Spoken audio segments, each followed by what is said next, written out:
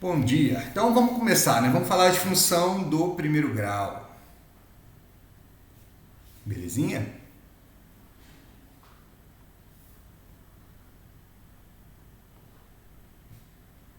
Gravando, tô gravando a aula. Eu sempre gravo as aulas e coloco no Moodle, né?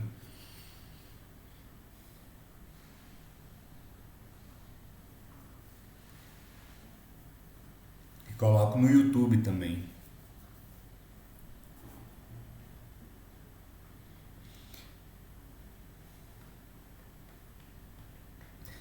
Beleza. Mas e aí?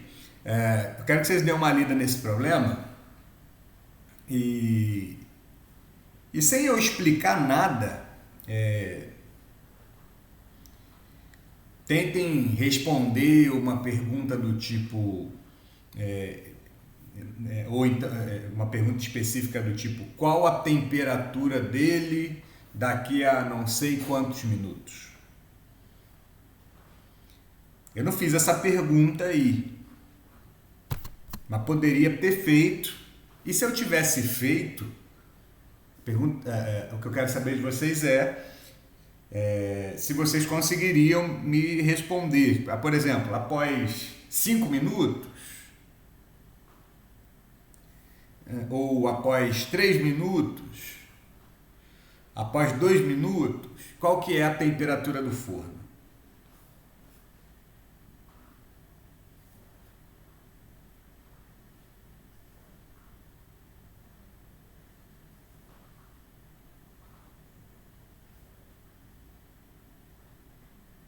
Beleza, Gustavo?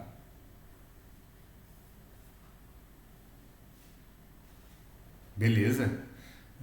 Chay, desculpa atrapalhar, mas onde está? No mesmo lugar de sempre, Chay. Onde está a lista de presença? Porque eu achei, não é de terça e sim de segunda. Será que eu coloquei? Eu acho que eu não coloquei as datas erradas, não. É 30 de novembro, né? Ô Chay, você pode estar na turma, você está na turma certa, matemática um, né? Porque a gente tem duas disciplinas juntos, né? A gente tem matemática um e a gente tem matemática básica, né? Você pode estar lá no link da turma errada.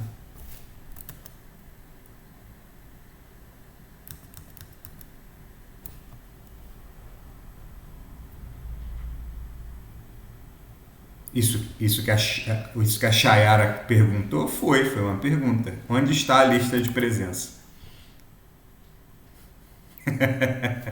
Vamos voltar aqui para o trabalho. Não foi uma pergunta, mas eu fiz a pergunta por fora, sem estar escrito. A pergunta que eu fiz foi: será que se dentro desse texto tivesse a pergunta, olha, determina a temperatura do forno daqui a 3 minutos, daqui a 2 minutos e por aí vai. A pergunta que eu fiz foi: vocês conseguiriam determinar a temperatura do forno se fosse feita uma pergunta dessa?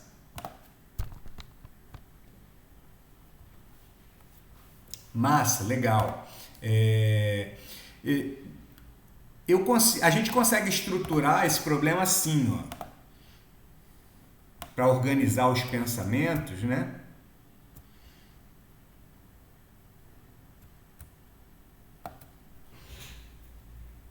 E a gente pode fazer uns traços aqui, fazer uma reta graduada, né? Com saltos iguais aqui.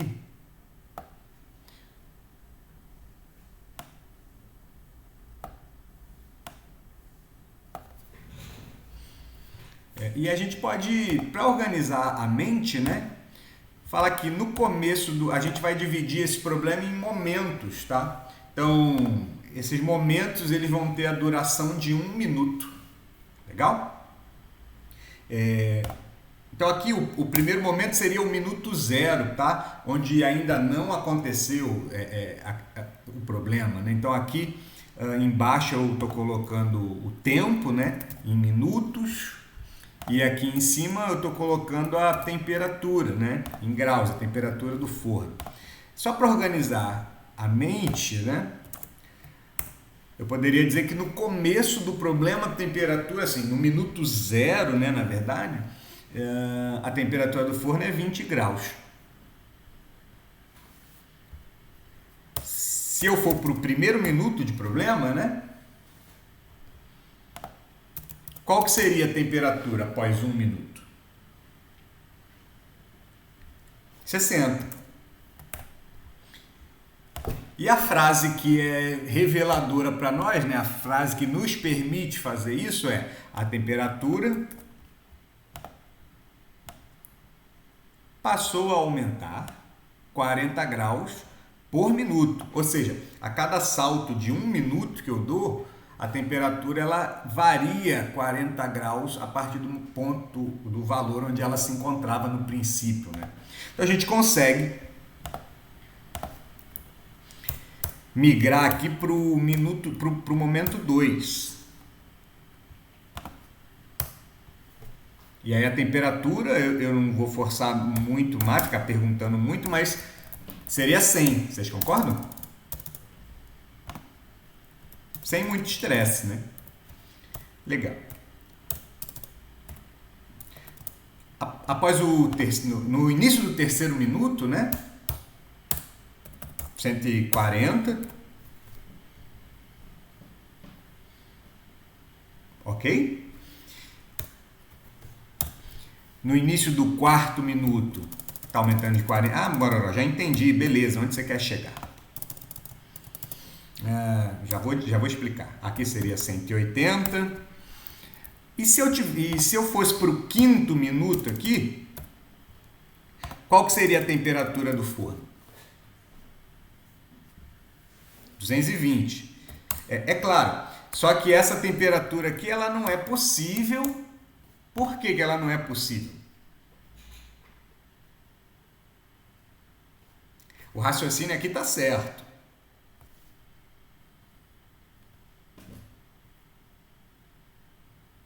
O limite é 200, né? Isso, o Souza já tá me alcançando o raciocínio que eu quero aí, né? Eu não posso, e teoricamente, né, se fosse um problema só teórico, ele iria para frente, né, 220, quando aqui fosse 6, aumentaria mais 40, né? Só que a temperatura máxima do forno é 200. E aí o que acontece? Esse valor aqui não é alcançável, mas teoricamente ele funciona assim. A questão toda é quanto tempo teria se passado então para alcançar os 200 graus, né?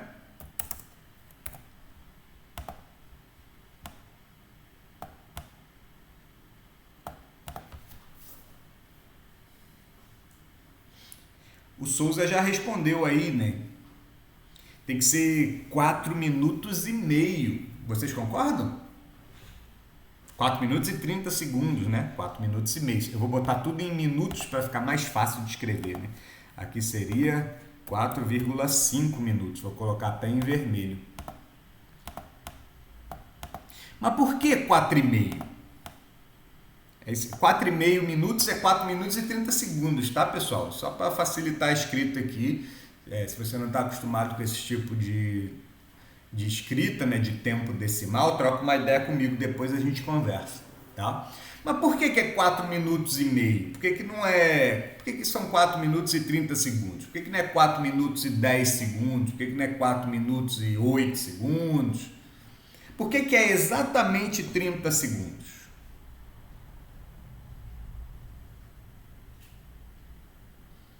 Isso, porque o 200 ele é exatamente o meio do caminho entre o 180 e o 220, né? Então, fazendo um desenho com setinhas aqui, daqui para cá, tem que fazer uma curvinha, né? Daqui para cá eu ando metade do espaço que eu tenho daqui para cá, né? Então, consequentemente, aqui eu também tenho que andar metade do espaço que eu tenho daqui para cá, né? Só que o espaço aqui é medido em minutos, então aqui é metade, tá?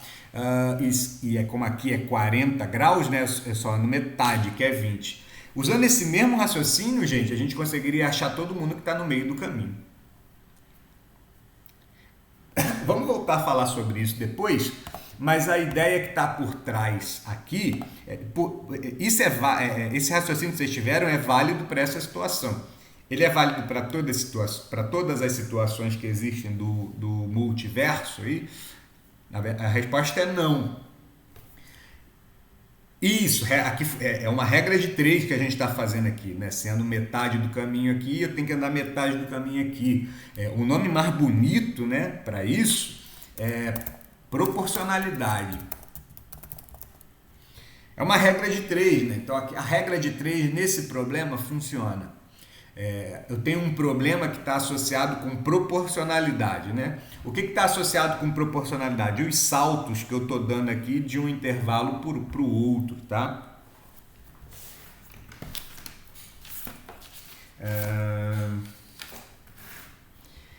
Toda vez que vocês tiverem uma situação onde isso aqui é permitido, vocês estão lidando com uma função do primeiro grau. Como assim, Mororó? O que é permitido? Esse raciocínio de toda vez que eu ando metade do caminho, eu ando metade do tempo aqui nesse problema, né? Se eu andasse 1/4 do caminho, eu andaria 1/4 do tempo, seriam só 15 segundos. E por aí vai, tá? A gente pode definir uma fórmula para calcular a temperatura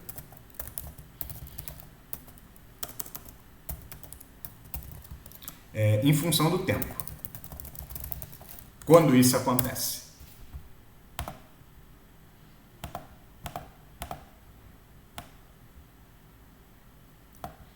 Vou botar a temperatura em T maiúsculo, ou melhor, se vocês preferem, vou botar em T maiúsculo e depois eu vou trocar as letras, tá? A temperatura está em T maiúsculo e o tempo está em T minúsculo, tá? Eu estou dando, a cada minuto que passa, eu estou dando saltos de tamanho 40, certo?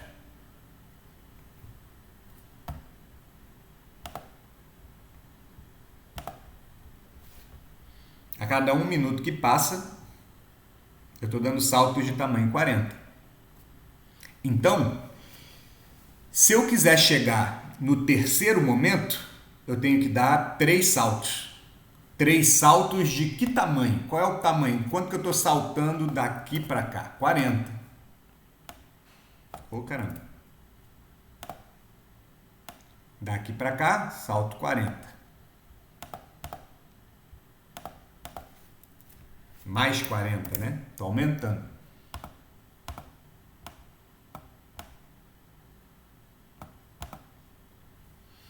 Daqui para cá, mesma coisa.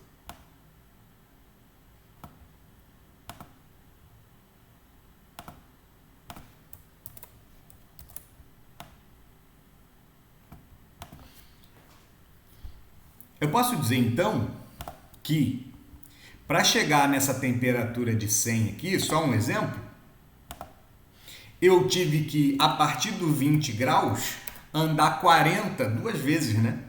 Então eu tive que fazer, geralmente as pessoas pensam, 40 mais 40, né? E aí eu chego no 100. Vou parar de escrever essas bolinhas já já. É quase isso, Gustavo. É quase isso. Uma maneira melhor de escrever isso é que eu tive a partir do 20, né? O que você está esquecendo é o 20. É que eu andei 2 vezes 40 para chegar no 100.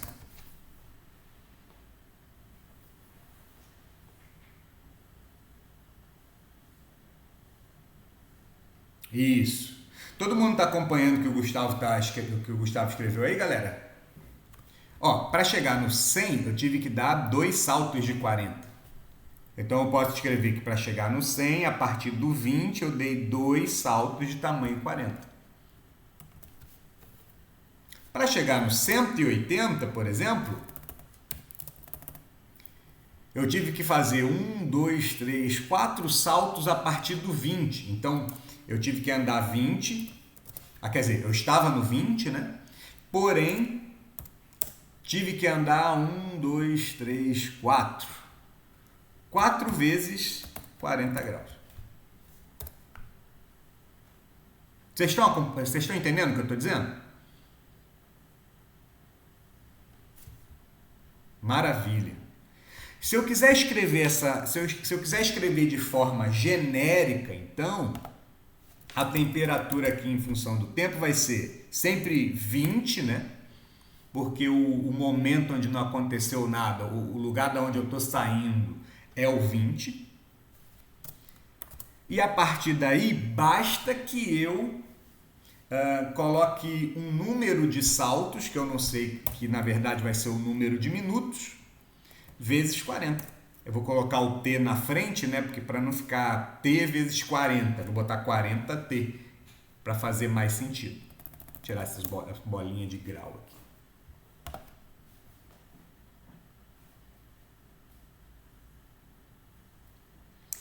Toda vez que vocês conseguem armar uma estrutura dessa aqui, né? Não precisa armar a estrutura, mas você consegue imaginar essa estrutura. E você percebe que para passos iguais de uma variável, você tem variações iguais da outra variável, variações aumentando, né? Você tá variando sempre 40, 40, 40, pode ser diminuindo também, mas ela é a mesma. Toda vez que você dá saltos do mesmo tamanho no tempo, você dá saltos de tamanho repetido na temperatura, né? Aqui no caso é para cada um salto de minuto, você tem 40, um salto de tamanho 40 na temperatura. Toda vez que vocês observarem isso, ou seja, variações no tempo, aqui no caso, provocam variações iguais do tempo, provocam variações iguais na temperatura. Estou falando muito sofisticado para vocês ou vocês conseguem entender essa frase aqui tranquilamente? Variações iguais no tempo, ó, 1 minuto, 1 minuto, 1 minuto, 1 minuto, provocam variações iguais na temperatura. 1 minuto, 40 graus. 1 minuto, 40 graus. 1 minuto, 40 graus. Se eu andasse 2 minutos, Mororó, 2 minutos, você anda 80 graus. Mas se eu andar 2 minutos aqui, então, 2 minutos, 80 graus de novo, né? Do 100 para 80. Mororó, mas se eu andar 3 minutos, se você andar 3 minutos aqui, anda 120. Qualquer outro espaço de 3 minutos que você andar, você vai provocar 120 de deslocamento na temperatura também. Toda vez que isso acontecer, você está trabalhando com uma função do primeiro grau.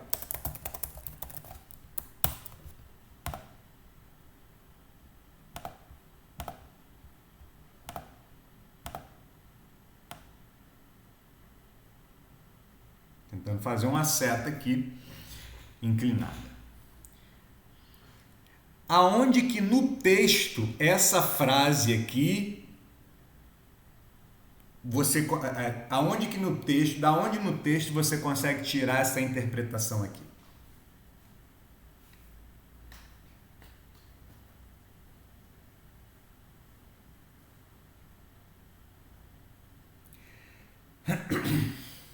Exatamente, o 40 aumenta 40 graus por minuto, né? Aumentam 40 graus por minuto, é o que determina que você está trabalhando a priori. É claro, tem alguns detalhes técnicos, se a gente for chato pra caramba não vai ser bem assim, mas assim, para o nosso contexto vai ser isso, a temperatura aumentar 40 graus por minuto já dá pra gente essa ideia, tá? Então assim, quando eu leio isso, eu automaticamente tenho que pensar nesse desenho e automaticamente nessa frase. Ou seja, quando eu leio uma frase desse tipo, eu penso em função do primeiro grau. E como eu sei que cada salto aqui é do mesmo tamanho, né, 40 graus, eu consigo escrever uma fórmula para essa situação, para descobrir a temperatura em qualquer momento. Se a minha fórmula estiver certa, ela vai achar os 200 graus, mesmo quando o salto não for necessariamente do tamanho padrão, né? Que aqui no caso é 1 minuto. Por exemplo, se eu quiser saber qual que é a temperatura nos 4 minutos e meio, basta que eu substitua o tempo por 4 minutos e meio, ou seja, porque para chegar na temperatura dos 4 minutos e meio, a partir do 20 eu tenho que dar 4 saltos e meio de 40. Fazendo as contas, olha que mágico.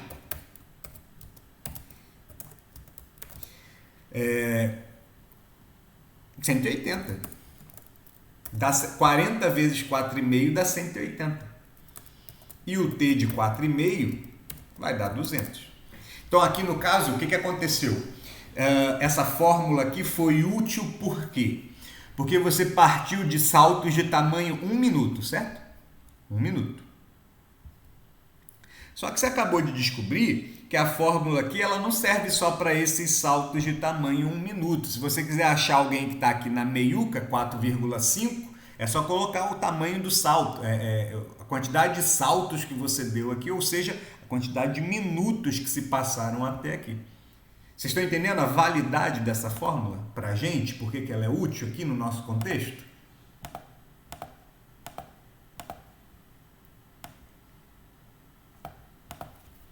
Então, se eu quisesse saber qual que é a temperatura quando passou 3,1 segundo, eu também conseguiria. Ah, Mororó, eu nem sei quanto que é 3,1 segundo.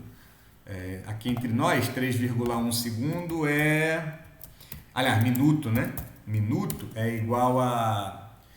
Tem que multiplicar 0,1, 3 minutos e 6 segundos. Se você não souber do que eu estou falando, troca uma ideia comigo depois, tá? Isso aqui é tempo decimal, isso aqui é tempo, vamos dizer, tempo comum, né? O tempo que a gente está acostumado a marcar no relógio. Esse aqui é o tempo que a maioria das calculadoras não científicas marca. Então, se você quiser fazer contas na calculadora, tem que usar esse tempo aqui. Como é que eu faço para passar de um para o outro? Tem que fazer umas continhas aí, geralmente envolvendo 60. Tá?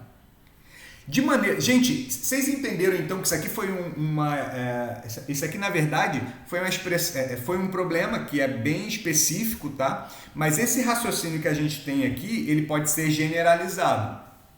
Ah, como assim, Mororó? Como assim generalizado? Ah, o cara falou de uma situação onde você está tendo um aumento constante de uma variável por aumento constante da outra variável. Ou seja, você está provocando variações iguais do mesmo tamanho em uma grandeza e está gerando variações iguais na outra grandeza.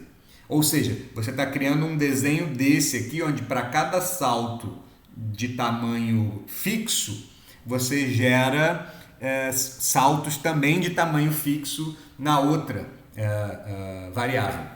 Quando isso acontece, eu sei que é uma função do primeiro grau e eu consigo estruturar uma fórmula para isso. Então, de maneira geral, o que acontece?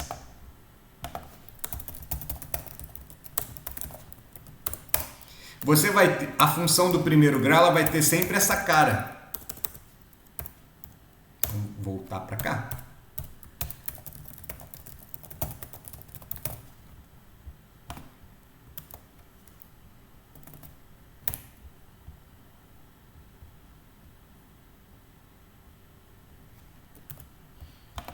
De maneira geral, a função do primeiro grau ela vai ter sempre essa cara. Que cara, Mororó? Eita, peguei o negócio errado aqui. A função do primeiro grau ela vai ter sempre essa carinha. Ela vai ter um y, que é igual a uma grandeza que está variando. Y pode ser qualquer grandeza.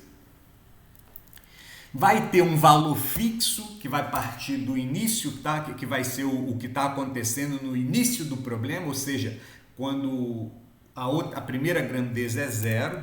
Vamos falar melhor sobre isso. A gente vai ter um outro valor aqui, olha, tem que deixar aqui para poder comparar, né, Daniel? Pelo amor de Deus, né?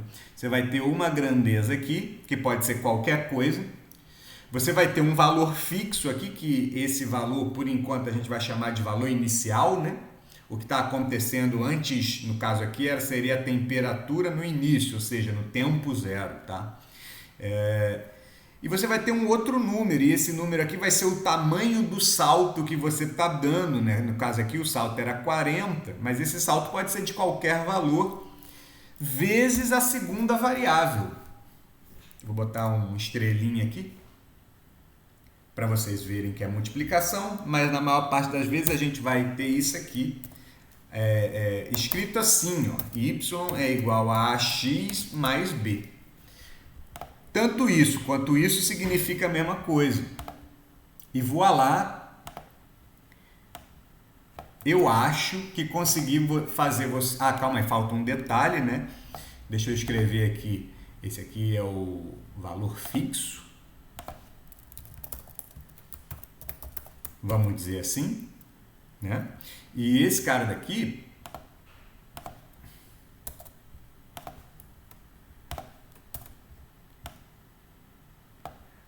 esse cara daqui, na verdade, né? O A, né? Deixa eu ver se eu consigo... Não, não é isso que eu quero. Eu acho que é isso que eu quero, ó. Ah, moleque, consegui. Aprendendo a mexer aqui nos paranauêzinhos aqui. Legal. E esse cara daqui, ele é o tamanho do salto, né? No caso aqui, o nosso salto da variável era da variável principal aqui, que era y, né? Era 40. O x aqui, no caso, vai ser a quantidade de saltos que eu tenho que dar, né? Ou mais precisamente, que vai sempre coincidir com a segunda variável. E dentro do contexto, isso aqui vai estar sempre associado à seguinte frase. Varia tantos y por x. Que no caso, se eu trocar y por temperatura e t por tempo, vai fazer sentido. Ó. Varia tantos graus, varia 40 graus de temperatura por minuto. Tem outras frases que podem estar escritas também, por exemplo, né, vou colocar aqui, pode estar assim, aumenta 40 graus por minuto. Pode ser assim também, custa 50 reais por quilômetro. E tem outras, inúmeras outras. Toda vez que a gente tiver frases desse tipo, a gente está lidando com uma função do primeiro grau que a gente já sabe que tem essa fórmula, que a gente pode embelezar e deixar assim. A gente sabe que o B, que eu escrevi aqui genérico, né, o valor fixo, o que está acontecendo no início da história, quando, no caso aqui, o tempo era zero, e o A é o tamanho do salto que você está dando para alcançar outra variável. Conseguiram pegar o que eu acabei de explicar?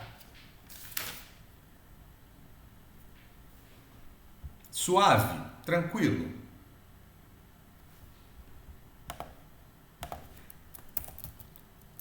Suave, maravilha. Exemplos só para a gente testar essa coisa que eu falei aí. Vou colocar aqui uma função.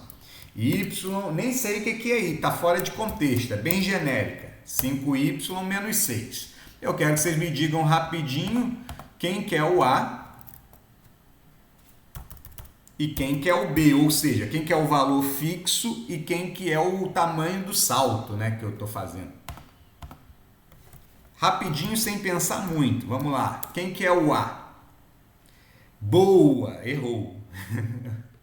O Eduardo errou, a Amanda acertou. Edu, você não pode ficar preso na posição que aparece, não. Tipo, a gente escreveu 20 mais 40t aqui. Se liga. Mas a gente não pode esquecer que poderia ter escrito assim também, né? 40t mais 20. a ordem das parcelas não altera o resultado, né? Então aqui, se eu tivesse começado pelo salto primeiro e depois colocado 20, se a gente tivesse esquecido, não daria problema, porque a conta também dá certo, né? Para você não confundir, o A, o fixo, é o número sozinho, né? O fixo é o número sozinho, né? E o A, o tamanho do salto, ele está sempre acoplado a uma das variáveis. No caso aqui, o 5 está acoplado ao x, então ele que é o tamanho do salto, então ele é o 5.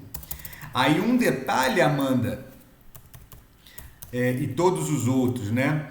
É que quando a gente escreve esse mais aqui, esse mais é forma genérica, tá? Mas na verdade, o valor fixo pode partir de qualquer situação, inclusive uma situação negativa. É o caso dessa questão aqui. O sinal sempre acompanha os valores de A e B, tá? Então aqui o B é menos 6.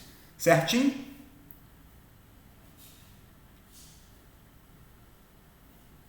Maravilha. Eu vou colocar outro exemplo também, assim, teórico, tá? Y igual a 4x. Eu quero que vocês me digam quem que é o tamanho do salto, né? Quem é que tá saltando fixamente aí? O 4, beleza. Boa, Nath. Boa, Mandinha. E quem que é o B? Qual o valor fixo? É 0. Zerão. Como eu disse, o valor fixo pode partir de qualquer situação, depende do contexto. Aqui no nosso primeiro problema partia do 20, né? Mas a gente acabou de ver aqui uma situação teórica que partia do menos 6. Por exemplo, gente, pode ser temperatura, né?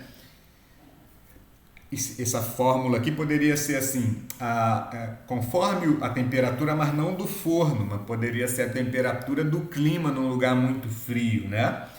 Num determinado dia, no início do dia, né? Às 6 horas, pode ser meia-noite, vamos lá, a temperatura era menos 6 graus. Conforme foi passando as horas, a temperatura aumentou 5 graus.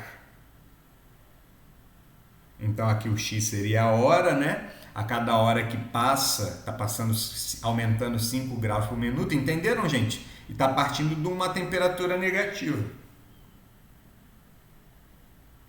Faz sentido na cabeça de vocês? Legal. Essa outra situação hipotética aqui poderia ser assim, ó. Cada caneta, eu quero comprar uma caneta bonita e cara, e cada caneta dessa custa R$4. Quanto que eu pago, né? Quanto que eu pago se eu comprar 2 canetas, 3 canetas, por aí vai. Se você comprar nenhuma caneta, você não paga nada, como já diria o Júlio, né? Pai do Cris. Se eu não comprar, é mais barato. Mas a partir do momento que você comprou uma, custa R$4, comprou 2, custa R$8. Ela partiu do zero, né? No momento quando a primeira variável x, que era a quantidade de canetas, zerou, o custo total é zero, porque eu não pago, eu não gasto nada se eu não comprar caneta nenhuma. Por último, gente, mais um exemplo aqui, também genérico, ó, eu vou colocar 3x mais 1, só que não é só isso não, eu vou colocar aqui, para nossa alegria, caramba, é isso que eu quero um traço aqui e um traço aqui.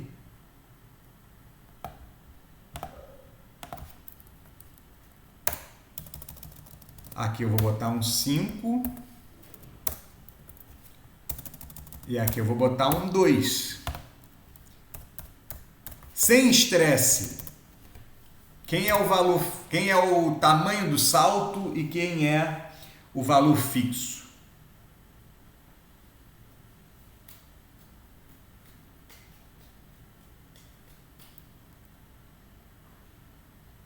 Isso.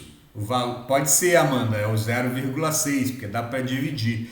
Mas vou te falar um segredo. Em problemas teóricos, a gente não precisa nunca se preocupar em dividir essa fração.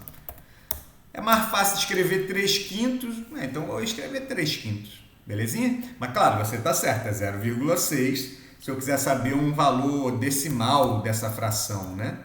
E Isadora está certa, o valor fixo é meio. Então, nessa situação aqui, hipotética, partiu de 0,5.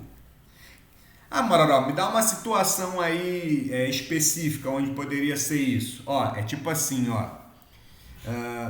Um professor muito bonzinho de matemática, ele fala que todos os alunos dele já começam com a nota com meio ponto garantido. Por quê? Porque o meio ponto é de escrever o nome. O cara escreveu o nome certo, ele ganha meio ponto. Então, está garantido.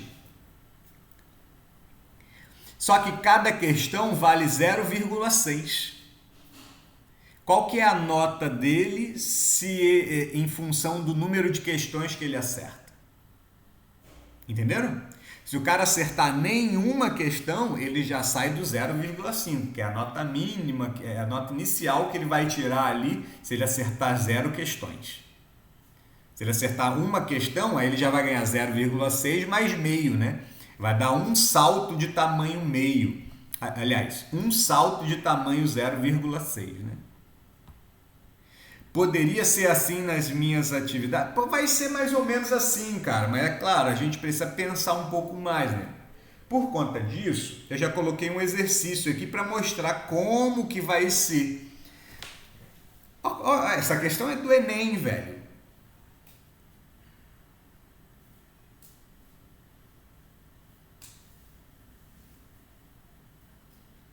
Mas é assim, gente. É desse jeito.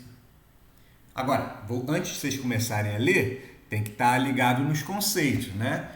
Variações iguais de um geram variações iguais do outro.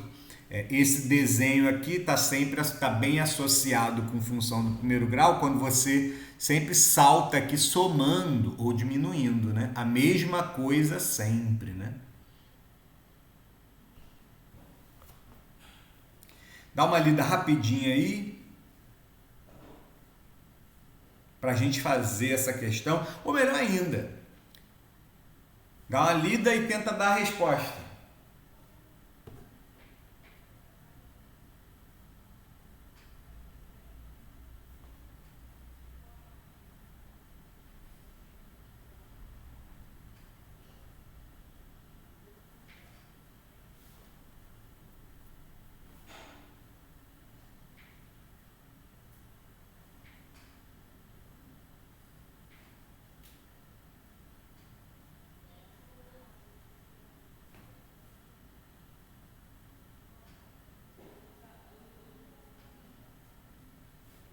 Vamos ver? Primeira coisa, eu quero que vocês me digam o seguinte: essa questão tem a ver com função de primeiro grau? A resposta é sim, é claro, né? Nós estamos na aula de função do primeiro grau, né, cabeça? Tem que ser a resposta é sim, né? Mas da onde vocês tiram essa conclusão aqui no texto? Qual é a frase onde está escrito alguma coisa que faz conexão com função do primeiro grau?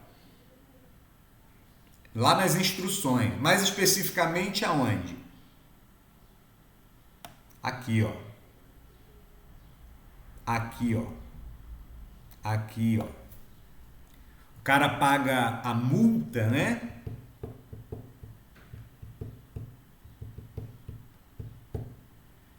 A multa, né, é 40 centavos por dia de atraso. Aí automaticamente na cabeça de vocês tem que vir, claro, aqui vai dar aqui tem um ligeiro probleminha que ele não conta de 0, ele conta de 1, mas não tem problema.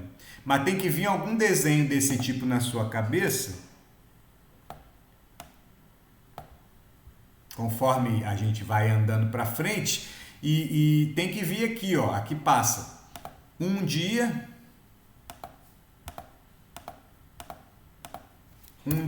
opa, em vermelho não, né? Vou fazer lá do começo. Dia 0, dia 1, dia 2, dia 3 e por aí vai.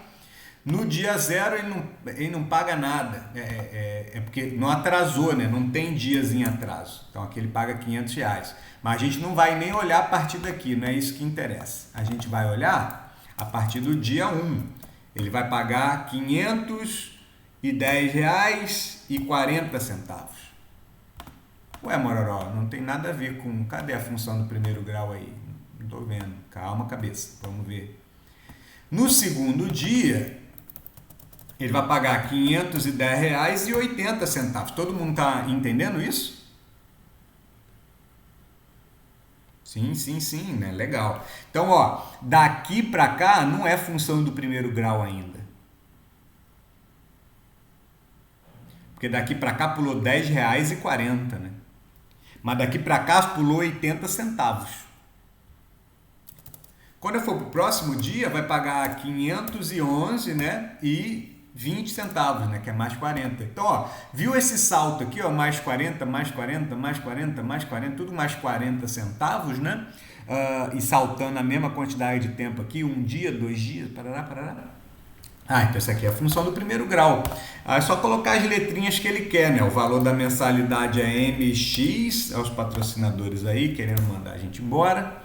É igual ao valor fixo. Quem que é o valor fixo aqui, galera?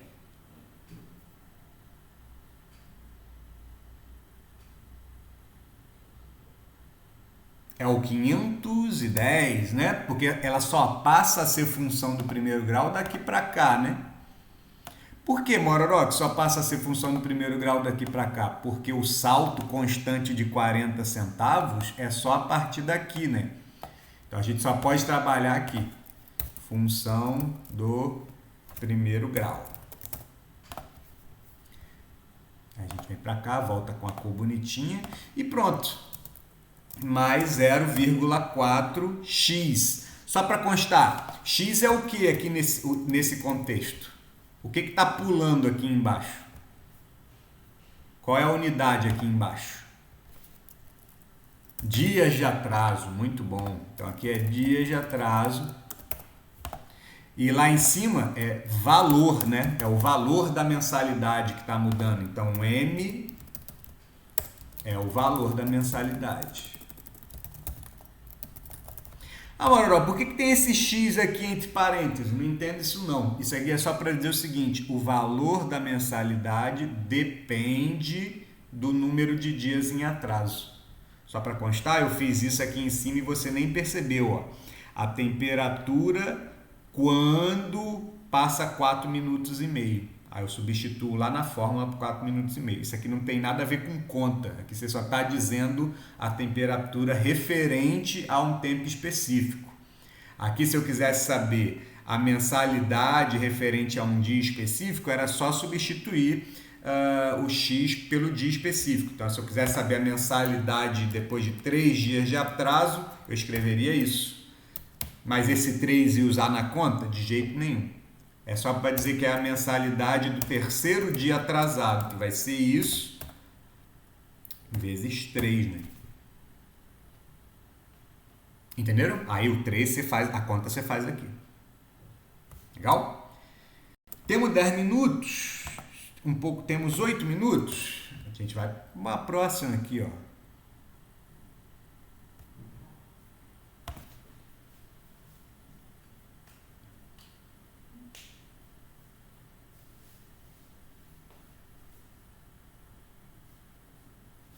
Só para voltar aqui, pessoas, questão do Enem, poxa, de 2008, né?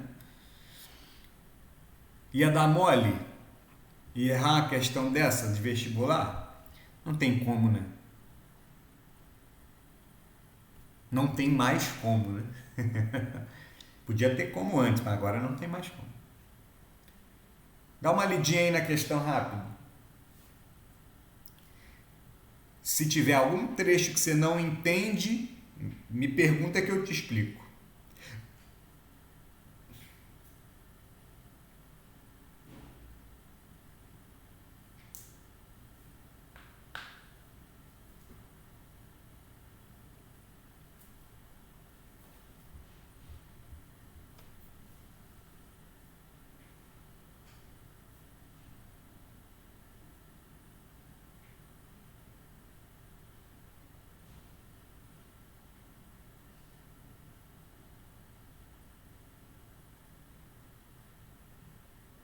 Não lê as opções ainda não, viu? Lê só o texto, para não ficar perdido nas opções.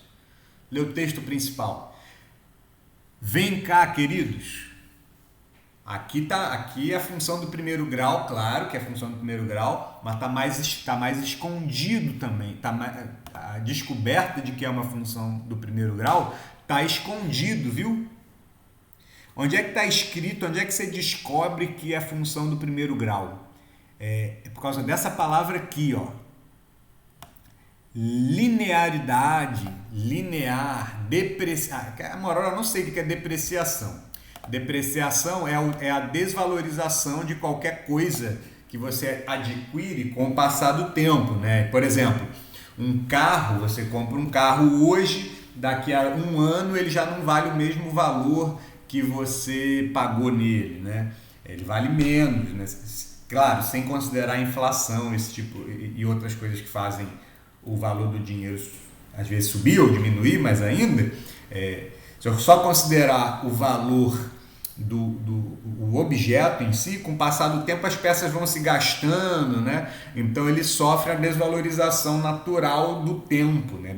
Isso é depreciação. Depreciar é perder valor. Agora, não é a palavra depreciação que faz que a gente pense que é um problema de função do primeiro grau, não. O que foi, Adriano? Leu errado a questão. Não, vamos ler certo agora. O que faz a função ser do primeiro grau é a palavra linear, tá? A gente vai ver ainda por que a palavra linear está associada com função do primeiro grau. Porém, a gente já viu que função do primeiro grau está associado com proporcionalidade, com regra de 3, tá? Então, regra de 3 tem a ver com proporcionalidade, tem a ver com função do primeiro grau, e a palavra linear também tem a ver com a mesma coisa. Então, a palavra linear também tem a ver com função do primeiro grau, tá? Tá. Aí agora falou de já estão achando letra C? Ah, beleza. Massa. Tá bom. Só que eu vou fazer como se fosse movimento. Pronto, garotos. Agora você jogou duro aí, bateu bonito. Não é como se fosse um movimento uniforme em física. É porque o movimento uniforme da física, claro, é uniforme, não uniformemente variável. É que o movimento uniforme da física é um exemplo de função do primeiro grau. Topíssimo. Então você já tem até ideia de por que o nome dessa depreciação é linear, porque vocês já devem ter visto o gráfico do movimento, mas eu não vou entrar nesse detalhe ainda, porque a gente tem 3 minutos e eu vou cair. Vamos ver se a gente consegue fazer essa questão aqui. A gente já sabe que ela é função do primeiro grau, né? Então a gente já sabe que ela é do tipo um valor fixo mais um tamanho do salto, né? Que a gente pode escrever assim ou ao contrário, tanto faz. O valor fixo, gente, agora o que acontece? Eu vou fazer um desenho aqui só para enxergar o que está acontecendo, e o desenho eu vou fazer aqui embaixo. Eu vou pedir para vocês me ajudarem, já que vocês já mataram a questão, estão voando, o ouro puro, eu quero que vocês me digam quem que eu marco aqui, quem que eu marco aqui. 1, 2, 3, 4... 5, 6.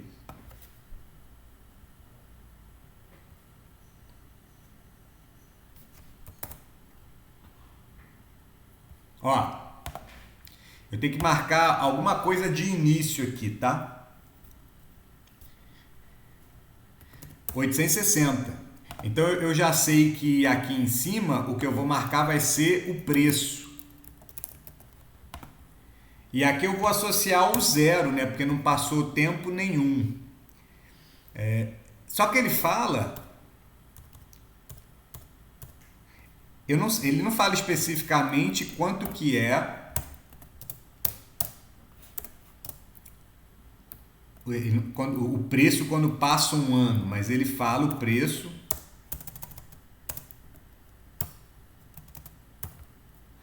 quando passam 6 anos.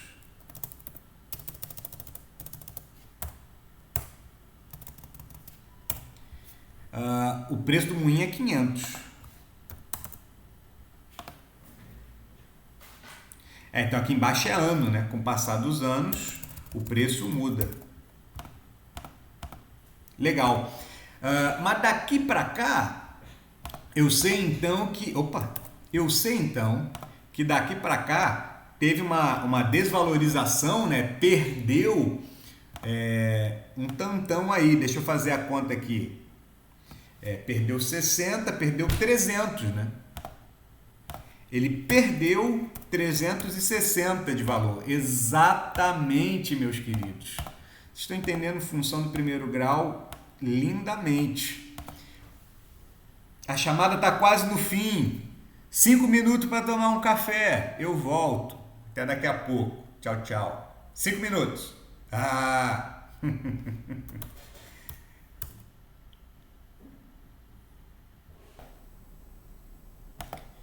E aí, gente, continuando,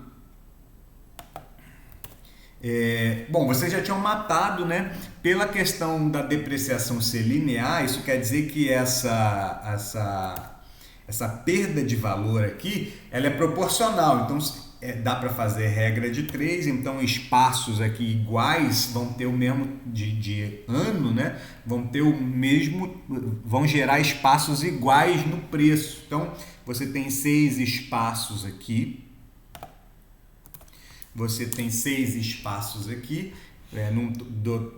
6 espaços aqui, né? Passando 6 anos, dando uma depreciação de 360. Aí é óbvio que a depreciação anual vai ser só... Gente, eu tô pausando toda hora a minha fala, porque o pessoal tá chegando toda hora, viu? Toda hora tem que parar para deixar alguém entrar na sala. Mas aí vai ser menos 60. Claro que vai. É claro que vai pular menos 60 sempre. Então a gente já sabe os dois valores importantes aqui, né? Então a gente já sabe o fixo, né? Que seria o preço quando o ano é 0. E a gente já sabe o tamanho do salto, que é menos 60. Então na hora que você for escrever, é menos 60, porque você está depreciando, ou seja, o preço no ano 1 não vai ser 920, ele vai ser 800, né? Porque tá perdendo 60 a cada ano, né? Belezinha? E isso vai mudar inclusive a fórmula, né? Porque como o valor do salto, né, menos 60, então eu vou botar aqui y é igual a 860 menos 60x. Agora, vocês só precisam me dizer quem quer x e quem quer y.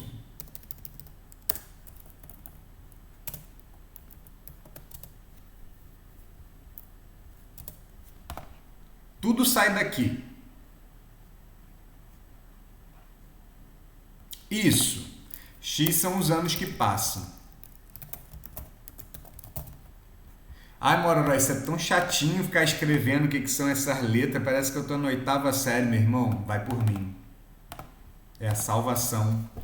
Você saber quem são suas variáveis e escrever. Vai, então, e quem é Y?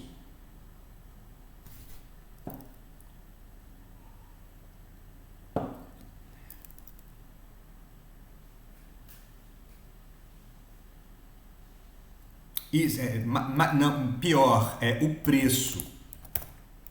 O preço após, o valor após X anos. Porque a depreciação, Souza, é o valor que está perdendo, né? 60. Aí, por exemplo, no ano 2 seria 120. Aí no ano 3 seria 180. O Y, ele vai dar o preço do produto após o ano, ou seja, tirando a depreciação, né? Se eu quisesse saber a função da depreciação, também seria uma função do primeiro grau e seria essa daqui. Vocês concordam? A questão já acabou, acabou entre aspas, tá? A gente já fez a fórmula aqui. Mas essa aqui seria a função da depreciação, beleza ou não?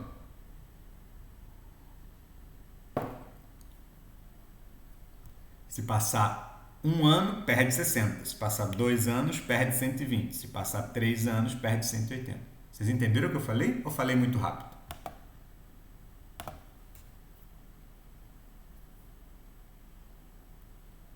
Posso? Ah, legal. Todo mundo entendeu aí? Suave, legal. Massa, massa. Show, show, show. Gente, eu precisava escrever essa função? Não, mas esse desenho aqui já resolvia, né, esse problema e tal. Mas é só para vocês se ligarem que tem a ver, né, esse salto constante de menos 60 aqui, tem a ver com essa fórmula aqui, né? Precisaria escrever para fazer essa questão? Não, eu tenho que responder o que ele quer. Mas é só para ver que tem a ver. É só para ver que tem a ver. Né? Vamos lá. Em 3 anos, o valor do moinho valerá 50% do preço de compra. Vou fazer aqui na mão, que não é muita coisa, né? Tá perdendo 60 por ano, 740. Aí aqui vai, se eu tiver errado, me corrijam, hein? Aqui vai perder, vai para 600 e vai tirar 40 e depois 20, né? Então 680. Tá errado, né? Porque 50% do preço de compra seria se ele tivesse valendo 430, né? Que é a metade. Vou só continuar aqui. Tá errado isso aí que eu tô fazendo, pessoal? Tirei 60, tirei 60, tirei 60. Vou tirar 60 de novo. Tem que tirar 20 e depois 40. Então é 560, pronto. Aí letra A está errada, letra B, em 9 anos o preço do moinho será múltiplo de 9. Agora eu fiquei com preguiça de fazer mais tracinho, eu vou usar a fórmula. Para saber se a letra B está certa ou não, eu vou fazer em verde aqui. Eu vou fazer o y em função de 9, tá? Ou seja, eu vou fazer 860 menos 60 vezes 9. Ou seja, o preço após 9 anos é 860 menos 6 vezes 9. Vocês conhecem o truque dos dedinhos, né? Baixa o sexto dedo, aí fica 54, né? Bororó, não sei do que você está falando, não. Depois me pergunta. Nunca fez? Os truques aí brabo de multiplicar por 9. Aí vai dar 0, vai dar 2, vai dar 3, 320. Não é múltiplo de 9 mesmo, né? Vocês sabem a divisibilidade por 9? Como é que é a regra da divisibilidade por 9? Tem que somar os dígitos e tem que dar tabuada de 9. Se você não entendeu o que eu falei, pede para eu explicar. Que eu vou passar rapidinho aqui. 3 mais 2 dá 5, 5 mais 0 dá 5. 5 não está na tabuada de 9, então 320 não divide por A. Explico. Tá, deixa eu descer aqui um pouco. Fazer aqui a nota de rodapé, ó. Divisibilidade. Divisibilidade são regras para você saber se um número pode ser dividido sem ter a necessidade de dividir. A mais famosa regra de divisibilidade é a divisibilidade por 2, né? Se o número for par, ele divide por 2. Se ele for ímpar, ele não divide por 2. Cada divisão tem uma regra. Você tem que decorar várias, né?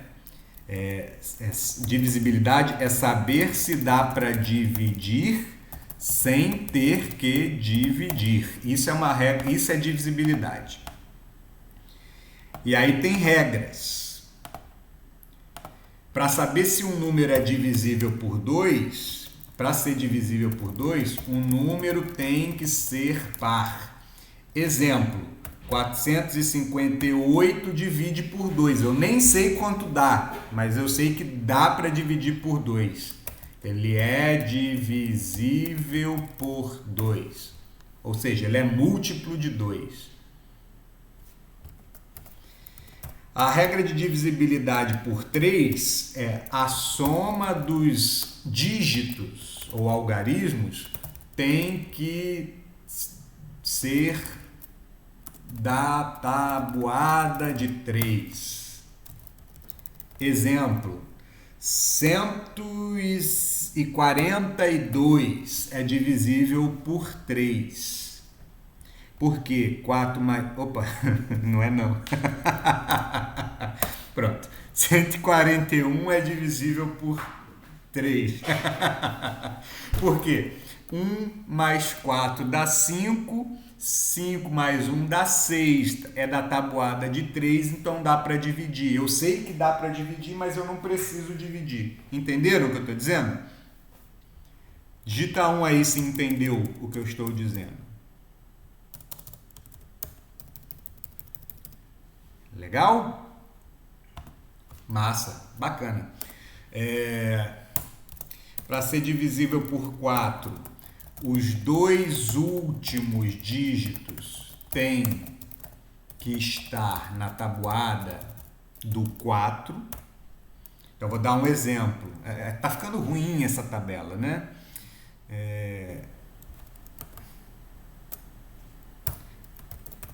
Tá ficando muito apertada. Tem que. Tem que.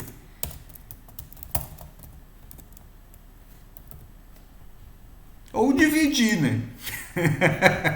Só que às vezes os números são muito grandes, aí dá muito trabalho ficar dividindo. Olha esse número aqui, ó. 1, 2, 5, 4, 9, 16. Tu vai perder sua vida dividindo esse número aí por 4?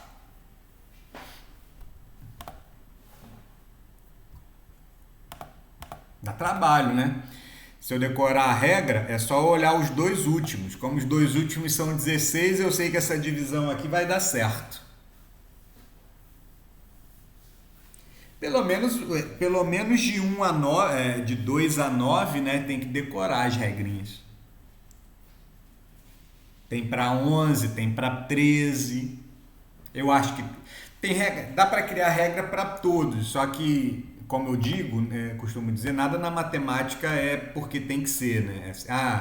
É porque Deus quis, tudo tem motivo. Obter essas regras dá um pouco de trabalho, nem sempre a regra é boa. Tipo a tabela da raiz quadrada, Adrian, com certeza. O final é 0 ou 5 para ser divisível por 5.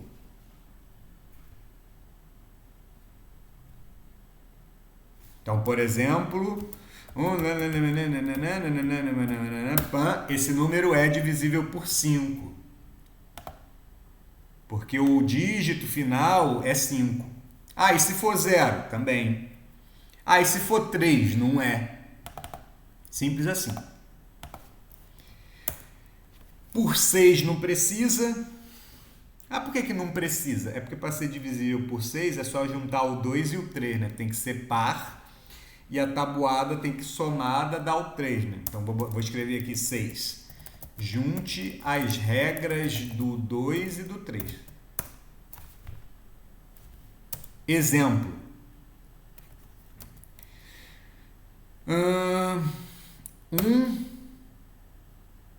32. Melhor.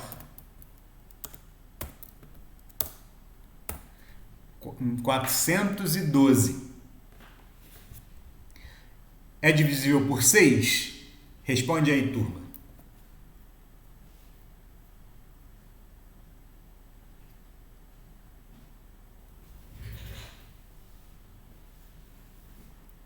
Não é, porque eu errei do mesmo jeito que da outra vez. E agora, o 402 é divisível por 6? Agora sim, né? Porque ele é par, então ele é divisível por 2. E os dois últimos, a soma dos dígitos está na tabuada de 3. Legal. O 7 não tem regra fácil. Então as regras são mais complicadas que não sei o que. Então é melhor dividir. É mais fácil dividir.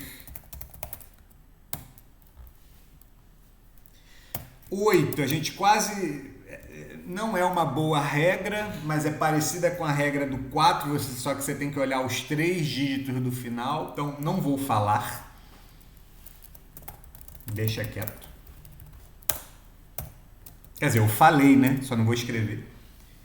E a regra do 9 é igual à regra do 3. A soma dos dígitos tem que estar na tabuada do 9. Beleza? Então pronto, vou dar um exemplo. 432. Esse número é divisível por 9. Porque 4, 5, 6, 7, 8, 9. 9 está na tabuada do 9, né?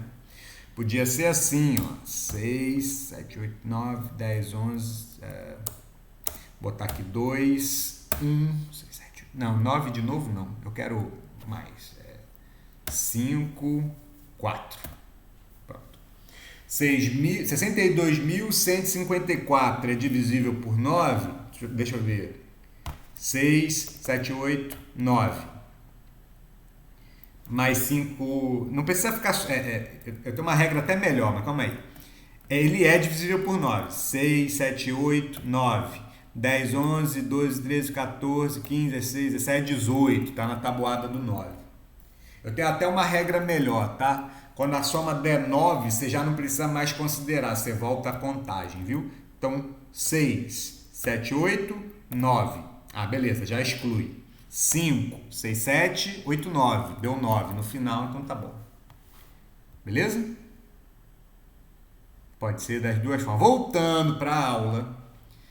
320 não é múltiplo de 9, ou seja, não dá para dividir por 9, porque a soma dos algarismos não está na tabuada de 9. Posso prosseguir? Desce de novo rapidinho. Printa a tela, printa a tela. Se você digitar no Google regras de divisibilidade, o Wikipedia tem as regrinhas bonitinhas lá. Mas, voltando. Aí, claro, né, gente, tem regra do 11, regra do 13, mas do 2 ao 9 já tá bom, tá? Eu vou aqui, então, responder a letra C, que vocês disseram que era certa. É necessário um investimento maior que R$ 450 para comprar esse equipamento após 7 anos. Eu posso fazer usando a fórmula, posso fazer usando o desenho, tá?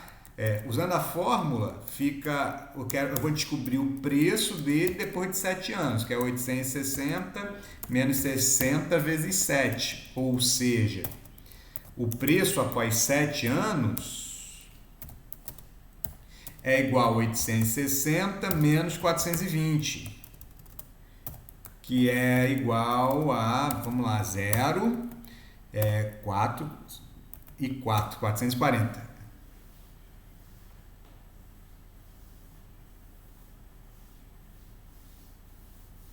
Errei, gente? Letra C. É necessário investimento maior que 450 para comprar esse equipamento após 7 anos. Não, né?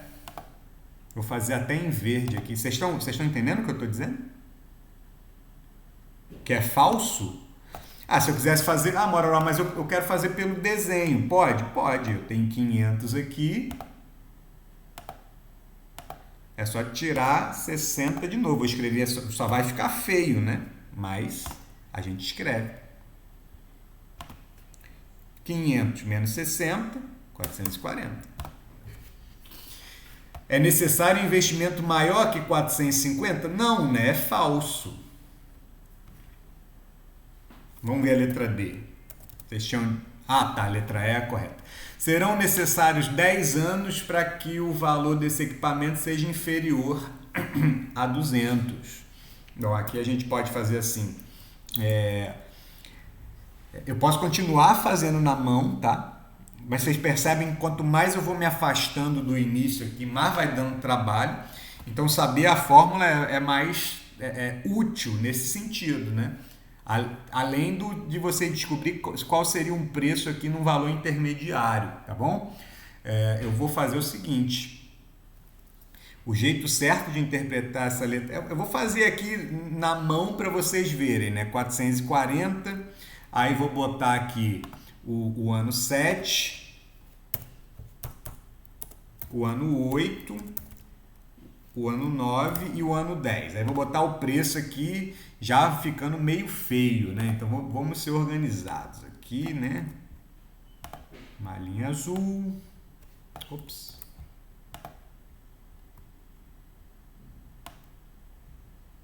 O valor de mercado é o valor na praça, né? Quanto que ele está valendo, quanto o pessoal pode pagar por ele. É o valor atual, né?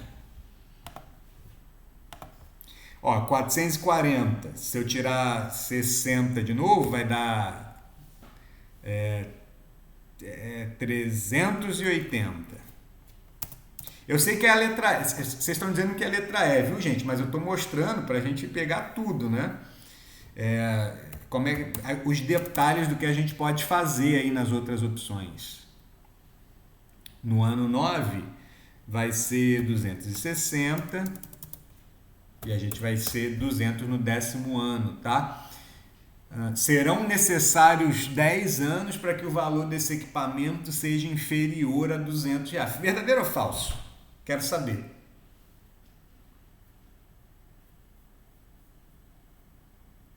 Fake. Qual seria a frase correta que conserta a frase da letra D para ela ser verdadeira?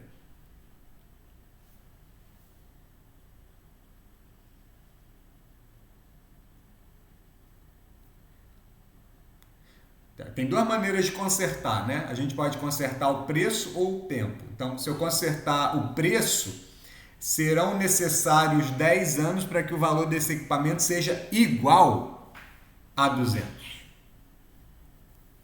Né, Keilinha? Porque no 10º ano ele fica igual a 200. Agora, eu posso mudar o tempo também, né? Serão necessários mais que 10 anos para que o valor do equipamento seja inferior, tá? Mororó, como é que eu faria essa questão sem fazer esse desenho aqui? Você faria assim, ó. 860 menos 60x tem que ser menor que 200. Viajou aqui ou entendeu? Se viajou, pede para eu explicar.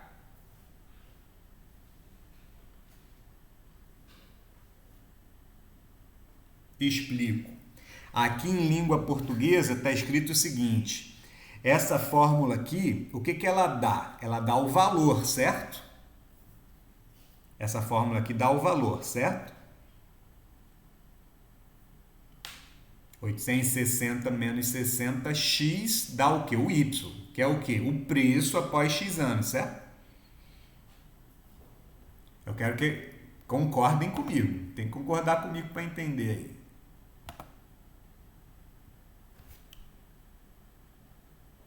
Ixi! Então eu errei. Obrigado, Gustavo. É verdade. Eu pulei o 440 aqui, ó, danadinho.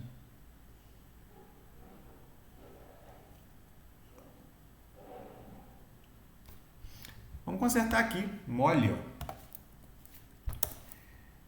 8, 9, 10 e 11.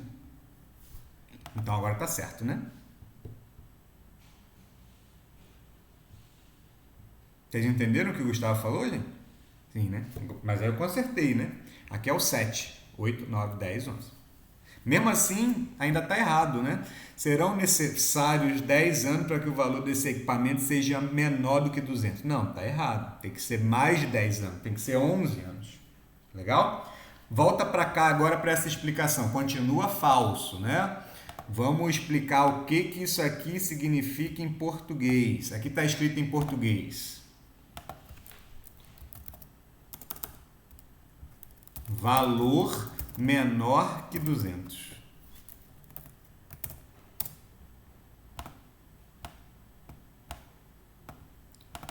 Mais especificamente, está se perguntando quando o valor fica menor que 200. Riquelme entendeu agora?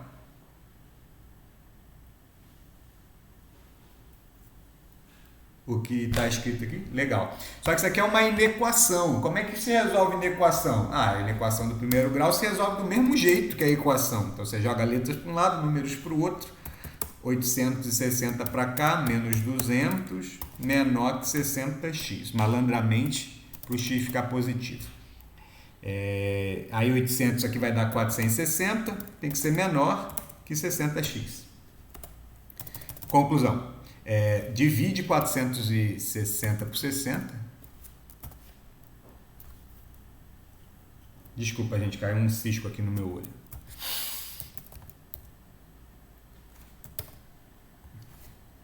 Vou pegar a calculadorinha aqui, fazer essa conta. Vai dar 7, ué.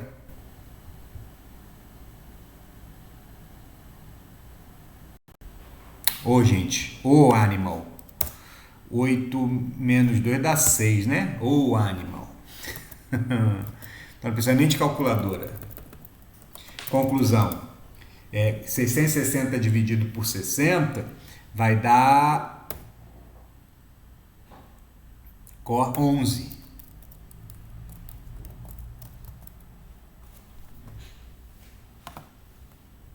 Se eu quiser escrever com um x na frente, o x é maior do que 11. Então, aqui eu respondi a pergunta que eu fiz lá no início. Quando que o valor fica menor que 200? A resposta está aqui embaixo. Quando o ano for maior do que 11. Quando passar de 11 anos. Entendeu, Riquelme? Você estava mais na dúvida disso aí? Falando sério agora. Todo mundo entendeu? Inequações servem para responder esse tipo de pergunta, né? Em português. Né? Toda vez que ele fala aqui de maior e menor, a gente pode trabalhar com inequação. E a letra E, a última, né? O moinho terá valor de venda ainda que tenha decorrido 13 anos, ou seja, depois de 13 anos ainda vai dar para vender ele. Não sei, vamos ver o preço daqui a 13 anos. Eu poderia fazer por inequação também, mas daqui a 13 anos ainda vai dar para vender o bonito do moinho.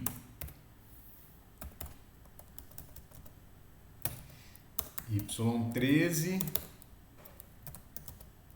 é igual a 860 menos... Aqui vai dar 6 vezes 3, 18. Vai 1. 6 com 1 que foi dá 7 e tem um 0. 7.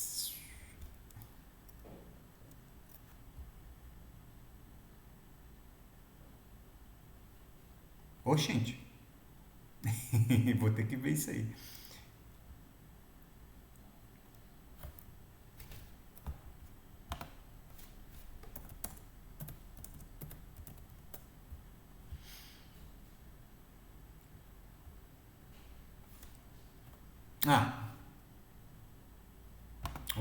Troncho.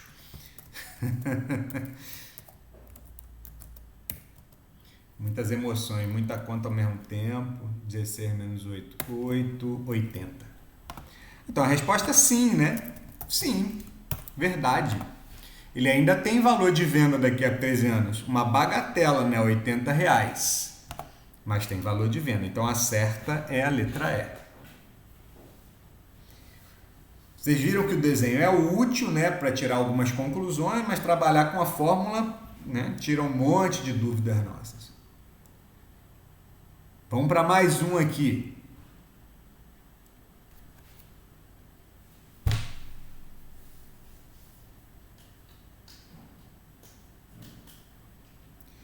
Dá uma lida aí na questão rapidinha.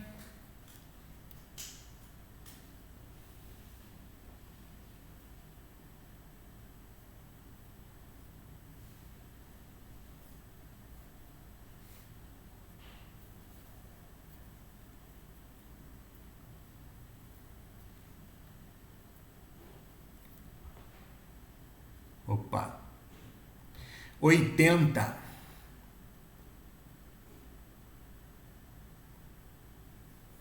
Ou seja, o moinho ainda tem valor de venda, ainda que tenham passado 13 anos.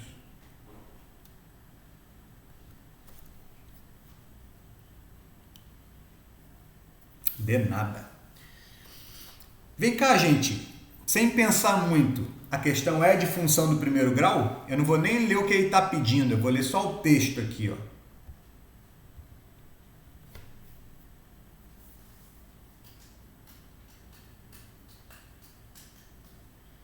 Totalmente, né? Aqui eu não precisei extrair do contexto. Aqui ele deu na lata, a questão foi bem diretona, né? Tipo, a função d de x é 20 mais x sobre 10. Não tem x ao quadrado, então é função do primeiro grau. E aí, assim, é a função do primeiro grau, eu quero que vocês me digam, né? A função é d de x igual a 20 mais... Eu sei que vocês já estão fazendo aí, vocês estão voando. Estão brilhando, mas eu quero que vocês me digam quem é o A e quem é o B.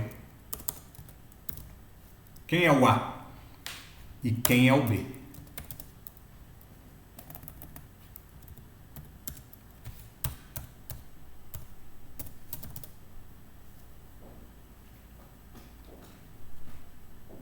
Eu nem estou respondendo a questão ainda. Eu só quero que vocês me digam quem é o valor fixo e quem é o tamanho do salto. Não, o A e o B são sempre valores numéricos.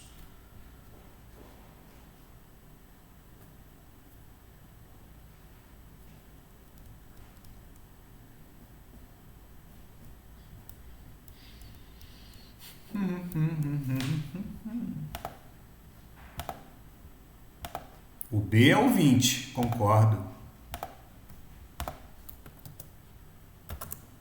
Tá? Não. O A e o B são sempre valores numéricos.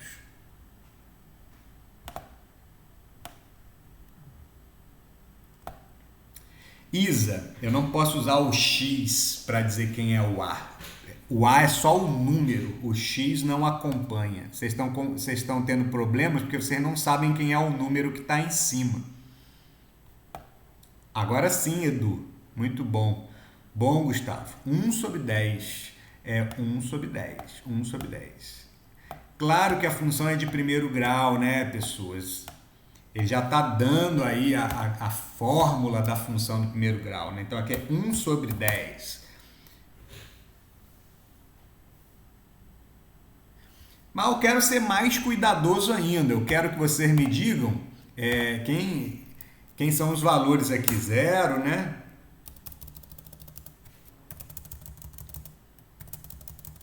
3, 4. Já que o B é o valor fixo, né? O valor quando x é 0, então aqui é 20, né?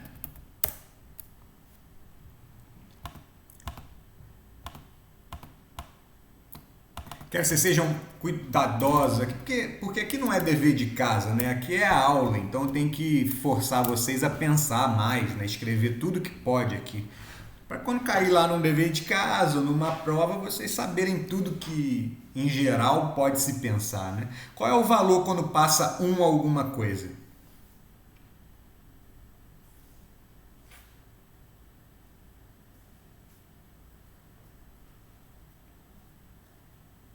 Lembra que um décimo é 0,1, tá?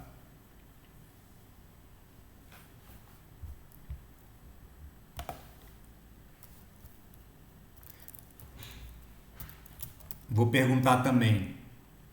Isso, Gustavo. Eu quero saber também o que é x e o que é d de x. Foi, Adriano, eu não vi. Foi mal mesmo. Foi muito rápido.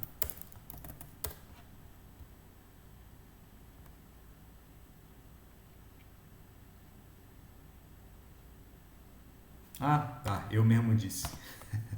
Não, mas eu não disse... Eu não quero, tá bom, tudo bem.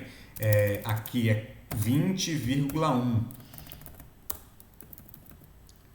O salto é sempre de 0,1, então aqui é 20,2. Legal. e por aí vai. Mas eu quero saber o que que é x e o que que é d de x, né? Eu quero saber o que que é esse x aqui embaixo e o que que é o d de x aqui em cima, né?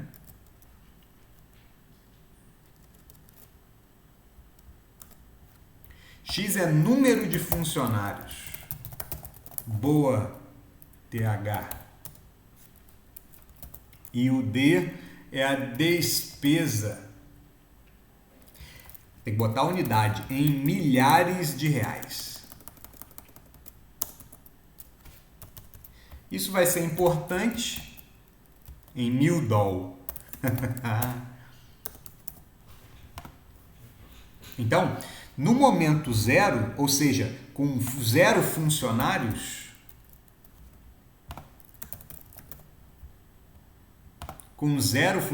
a despesa é 20 reais?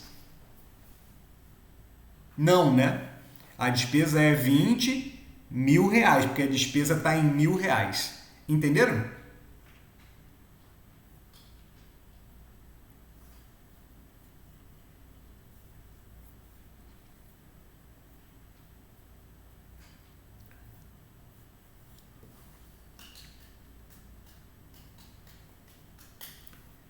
Fala comigo aí.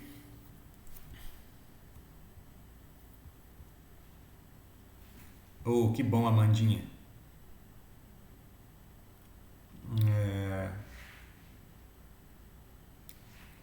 Calma, Edu. Eu nem estou resolvendo a questão, tá? Eu não estou resolvendo a questão. Mas eu estou dividindo. É que eu já fiz a divisão, né? Eu acho que é isso que você está perguntando. Eu não tenho certeza. 1/10 é 0,1, né? Ah, não. Aí, o que acontece? Eu acho que o que você está perguntando é isso. Quando ele dá a unidade, eu faço as contas, eu pego esse resultado e converto para a unidade dele, né? Eu tenho que colocar lá 20.000 reais, ou seja, 20.000. Essa é a resposta certa, né? Porque o D dá a resposta sem multiplicar por 1.000. A resposta certa é vezes R$1.000. Aí não precisa dividir mais, né? Eu já disse aqui que no momento zero é 20.000. Quando x é zero é 20, só que 20 é R$1.000. Eu não entendi bem tua pergunta, na verdade. Quando o momento for, quando tiver um funcionário, ele vai gastar reias. Ó, que legal. Passa isso aqui para reais.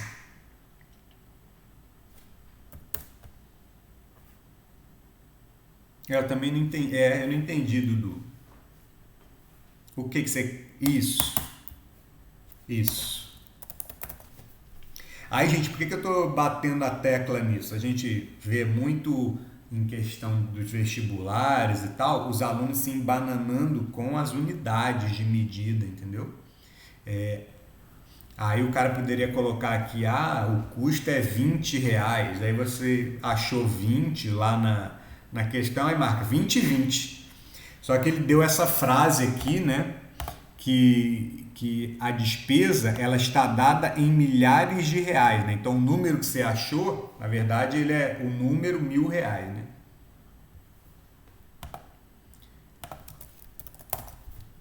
Beleza. Foi só para esclarecer aí alguns detalhes.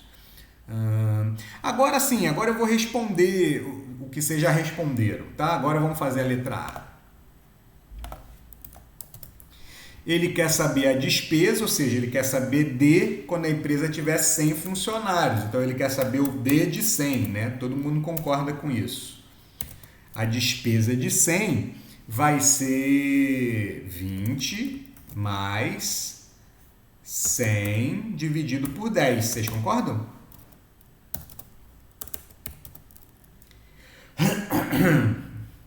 Que vai ser 20... Bom, vocês gostam de escrever tudo embaixo, né? Então eu vou continuar. D de 100 é igual a 30. Mas a resposta não é 30. Aí na hora que você for responder, porque é uma questão discursiva, né? Resposta é 30.000 Se você quiser ser bem chato, a despesa será de 30 mil reais. Ou então você escreve, né?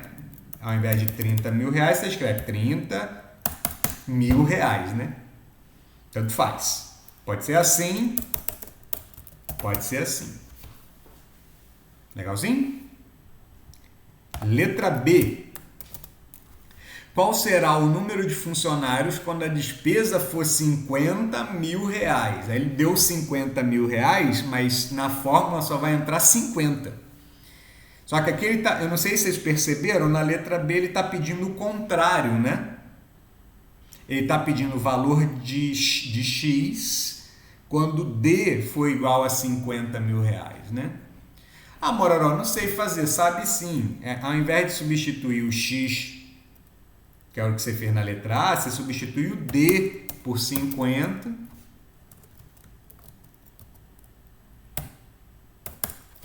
e descobre o valor de X.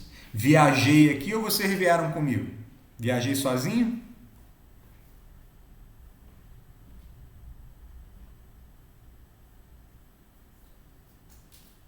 Tamo junto na viagem, beleza. Não viajei sozinho, então vou seguir. Isso aqui claro, a função do primeiro grau, ela está associada a uma equação do primeiro grau, né, pessoas? Então, a gente vai resolver, quando estiver falando de função de primeiro grau, a gente vai resolver equações do primeiro grau, muitas das vezes. E aí, como é que a gente faz isso, Gustavo? Como é que a gente resolve isso?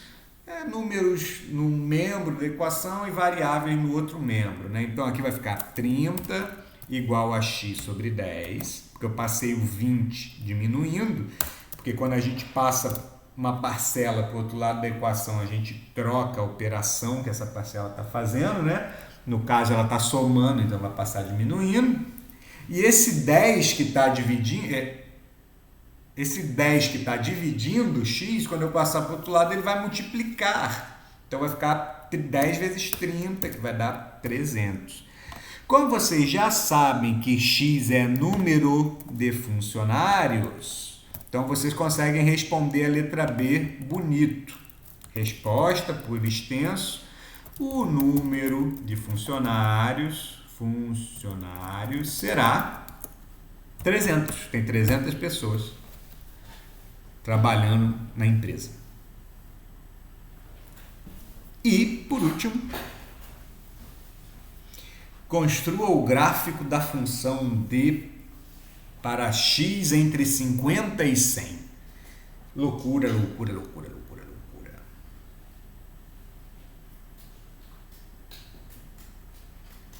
Para isso,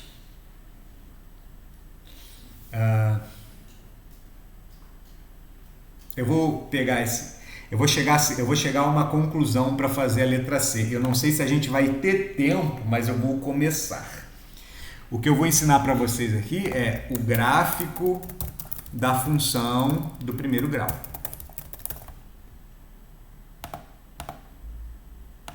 Como é que é o formato desse gráfico? Como vocês já viram movimento uniforme, né? E acho que foi o Adrian mesmo que falou que é igual ao movimento uniforme, descobriu que o movimento uniforme é a função do primeiro grau.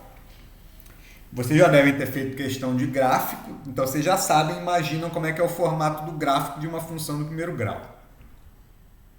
Mas, contudo, todavia, entretanto, eu vou pegar esse desenho aqui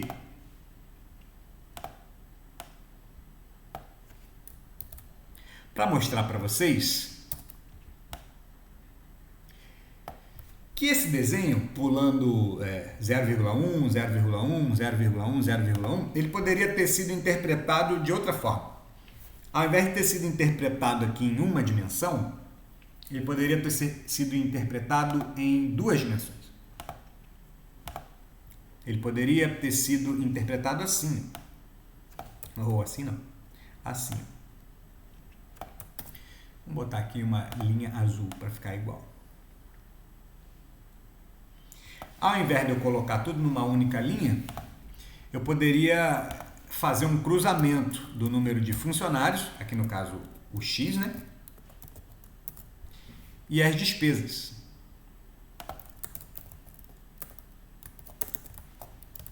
que é o d de x. Mororó, como assim? Como é que você ia fazer isso? Desse jeito, ó. Eu ia cruzar, aqui ia ter várias marcações, 0, 1, 2, 3, etc.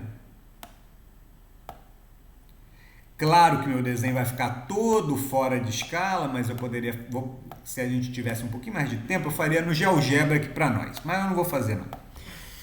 Vamos deixar para a próxima aula. E me lembrem, Mororó, você falou que ia fazer um desenho bonitinho na aula que vem. Me lembrem, por favor. Combinado?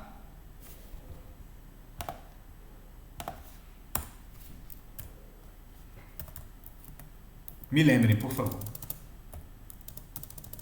3, 4, 5,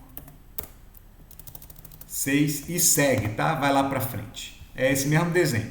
Só que ao invés de marcar tudo numa única linha, eu marcaria funcionários, que é o meu X, né? O que eu estou saltando, né?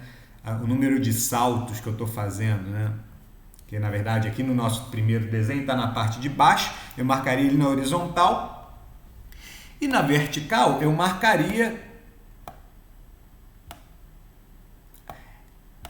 os valores das despesas.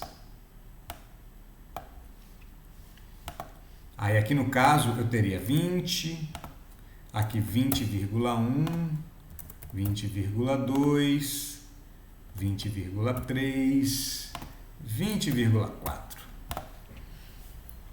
E a maneira que a gente tem de representar essas informações aqui seria assim, ó. Quando eu tenho 0 de funcionários, eu tenho 20 de despesa. Então, eu vou marcar esse ponto aqui, ó. O cruzamento do 0 com 20. Quando eu tenho um funcionário, a minha despesa vai para 20,1, né? Então, eu cruzaria essa informação aqui do 1 com 20,1 e marcaria esse ponto aqui, ó. Estou cruzando aqui, eu não preciso fazer as linhas, tá? Mas imaginem que eu estou fazendo, tem uma linha aqui que serve de apoio para esse ponto, tá? Embaixo do 1, em cima do 1, na verdade, e tem uma reta vindo na horizontal aqui. Da mesma forma, eu cruzaria o 2 com 20,2. Certinho? Eu não marquei aqui, mas o 3 está associado com 20,3 e por aí vai. Queridos, é claro, eu estou considerando aqui, eu peguei um gráfico aqui com funcionários, né? Eu não posso ter 1,5 funcionários.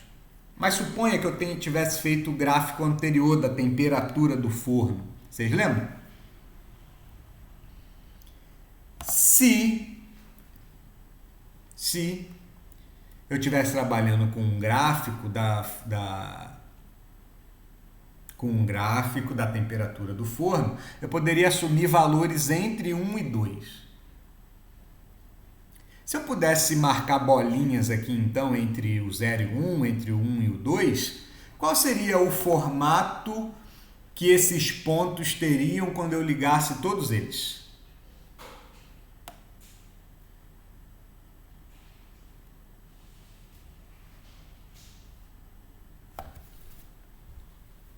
Uma reta. É claro, nesse problema aqui, o gráfico não é uma reta, porque funcionários, você não pode ter meio funcionário, né? Então você não consegue marcar uma bolinha aqui. Então o gráfico dessa função são só essas bolinhas, beleza? Mas, se eu estivesse fazendo o gráfico do nosso problema lá das temperaturas,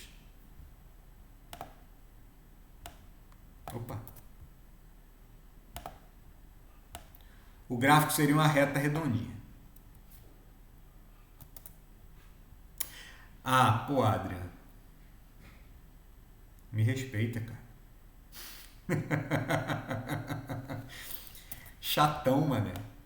Me deixa desenhar torto. Ah,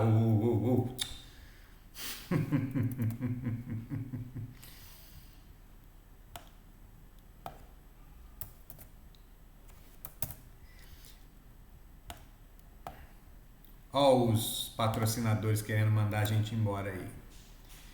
Se eu tivesse tentando plotar essas informações num gráfico de 2 dimensões, isso aqui é um gráfico, tá? Só que isso aqui é um gráfico com uma dimensão só, né? Ele tem mais um jeito de esquema do que de gráfico. O gráfico que geralmente se fala é esse gráfico aqui. Vou botar em azul. E a gente representaria ele da mesma forma. Marcando aqui 0, 1, 2, 3, 4, 5.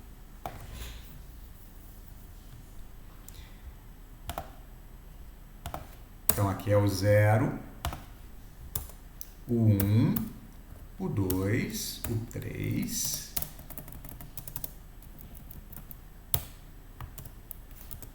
o 4 e o 5. Então, chegamos, o que eu quero mostrar para vocês é justamente isso, né? O gráfico de uma função do primeiro grau é uma reta inclinada, vai ser sempre uma reta inclinada. Aqui também o gráfico vai ficar fora de escala, tá?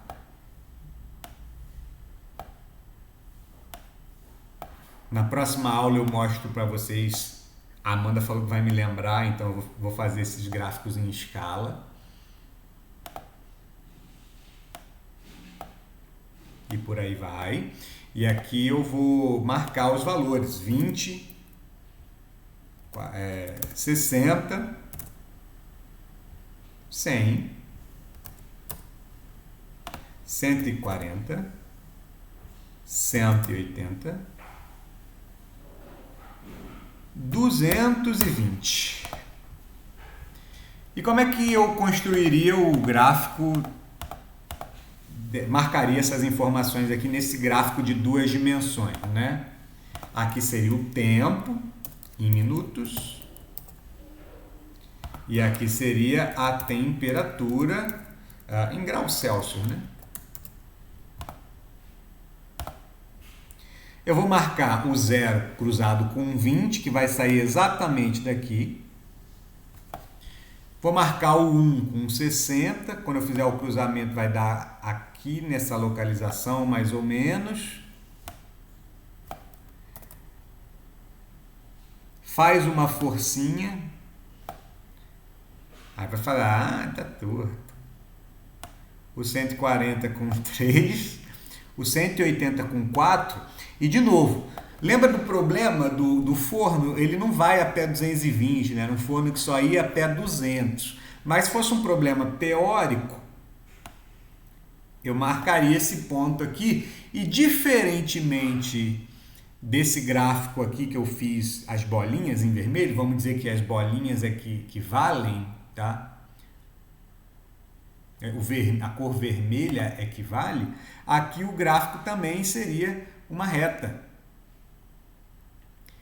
Só que aqui eu posso assumir valores intermediários entre 1 e o 2 e o 3 e o 4, né? Porque o tempo ele é contínuo, né? Ele tem valores intermediários sempre que eu procurar. Aqui no número de funcionários o gráfico são só as bolinhas, porém essas bolinhas fazem parte de uma reta. Vocês estão entendendo o que eu estou querendo dizer?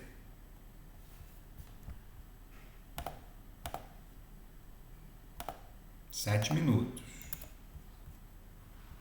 Legal. Então, o gráfico da função do primeiro grau sempre será uma reta ou algo que lembra uma reta, né? O que vai fazer ele deixar de ser uma reta completinha, inteira? O contexto da questão, né? Aqui no caso, o número de funcionários fez com que eu não pudesse desenhar esse pedaço aqui da reta que está em laranja, tá? Então aqui ela pode até continuar para cá, inclusive, se fosse um problema de genérico, né? Teórico, a reta vem para cá, funciona do mesmo jeitinho. Só que só vale a parte que está em vermelho, porque funcionários não pode ter um funcionário e meio, então não tem bolinha aqui para marcar. Mas esses pontinhos que fazem o gráfico lembram uma reta, né? Fazem parte de uma reta. Aqui de novo, ó. A reta principal seria essa, que eu vou fazer, eu nem vou fazer ela em cima, eu vou fazer ela um pouco mais para baixo, só para vocês terem uma ideia. Legal? Só que, nesse caso específico, o contexto apaga a bolinha do 5. Por quê? Porque lembra que nossa questão ela não ia até o 220, ela só vai até o 200. Então, o meu gráfico mesmo é só esse pedaço vermelho, que se vocês me permitirem fazer um tracinho aqui no meio do caminho, vai até o 4,5, né? Então, o meu gráfico continua sendo essa partezinha em vermelho.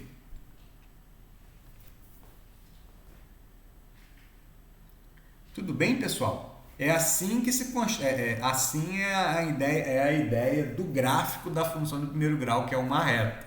Aqui eu estou livrando vocês explicando para vocês a influência do contexto no gráfico, né?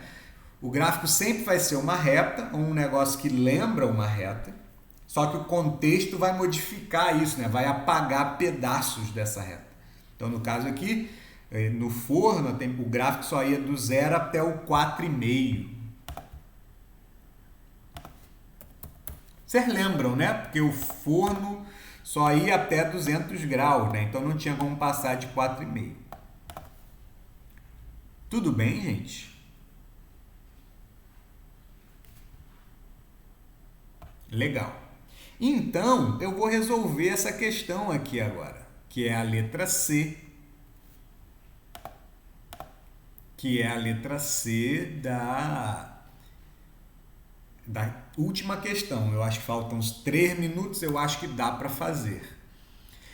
Eu vou usar o fato que vocês já sabem que a função é uma reta. Só que ele só quer essa função desenhada de 50 até 100. Então, olha o que eu vou fazer aqui. Agora sim, resolvendo a questão.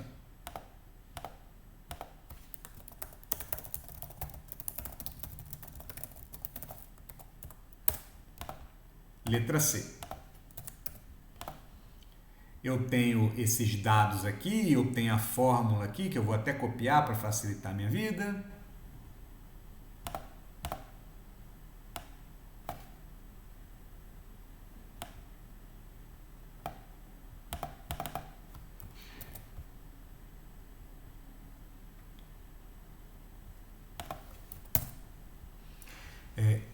Pode ser em verde. Eu consigo construir um gráfico, então eu já vi que uma outra maneira de representar esse desenho, que é muito importante, é fazendo ele em 2 dimensões, né? Então eu posso fazer isso. Se eu fizer isso, aqui embaixo vai ficar a variável, geralmente, né? Fica a variável que define, né? No caso aqui, funcionário, geralmente a gente representa por x. E aqui a gente fica com a variável definida, né? Que é a que dá o resultado que quando vocês substituem por x, geralmente o y. Então aqui o d de x. Só que ele quer o gráfico entre o 50 e o 100. Então a única coisa que eu vou fazer é o seguinte, eu vou calcular o d de 50, que é igual a 20, mais 50 sobre 10, ou seja, o d de 50 é igual a 25, e o d de 100 eu acho que eu já fiz, não foi? O d de 100 é 30.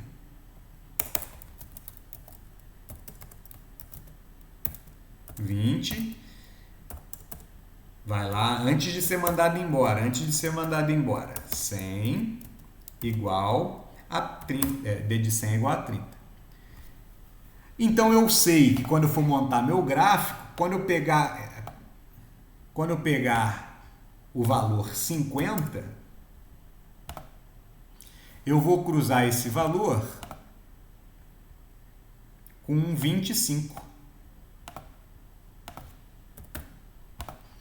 E quando eu pegar o valor 100, todo fora de escala,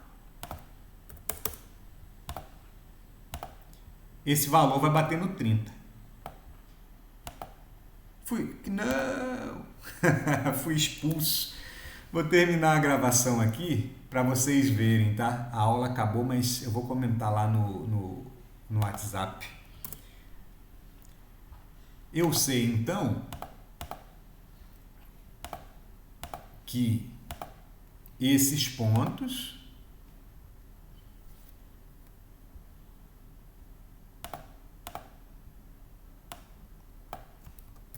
fazem parte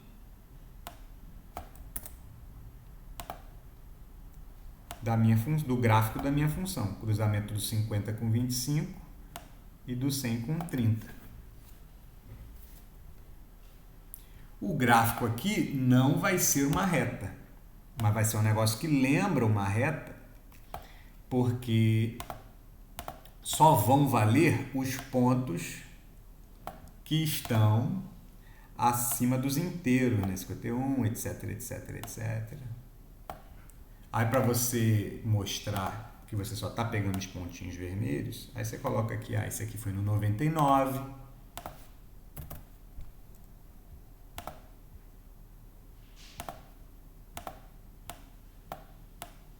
Né? Só para explicar para a pessoa que você só está pegando os valores inteiros. Esse aqui foi no 51.